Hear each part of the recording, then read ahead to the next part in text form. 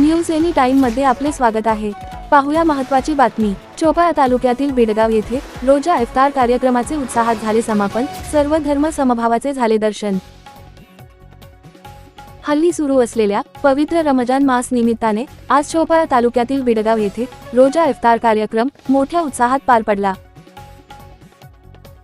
या कार्यक्रमाच्या माध्यमातून सर्वधर्मीय बांधवांनी एकत्र येत सामाजिक सलोखा आणि बांधिलकीचा संदेश दिला। रमजान महिन्यातील उपवास सोडण्यासाठी आयोजित करण्यात आलेल्या या कार्यक्रमात मुस्लिम बांधवांसोबतच हिंदू समाज बांधव आणि अन्य नागरिक मोठ्या संख्येने सहभागी झाले होते। सायंकाळी मशिदीतून अजान होताच सर्वांनी एकत्रितपणे येऊन विविध फळे, खजूर तसेच शरबत यांचे सेवन करून रोजा सोडला।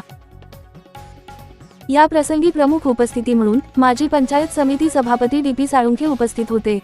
रोजा इफ्तार नंतर आपल्या गावात तसेच देशात शांतता आणि समृद्धी नांदावी यासाठी विशेष प्रार्थना दुआ करण्यात आली।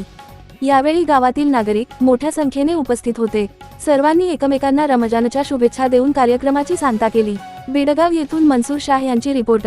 आज बिडगाव येथे इफ्तार पार्टी हिंदू मुस्लिम एकता कमिटीमार्फत आयोजन करण्यात आलेलं होतं। तर मी या ठिकाणी अशी अपेक्षा करतो की गावामध्ये हिंदू मुस्लिम एकता ही कायम स्वरूपी शिकायला पाहिजे आणि येणारा वर्ष सर्व हिंदू मुस्लिम दोघं बांधवांना येणारं वर्ष हे चांगलं सुखी समृद्धी आणि भरभराटी जावं अशी मी प्रार्थना करतो।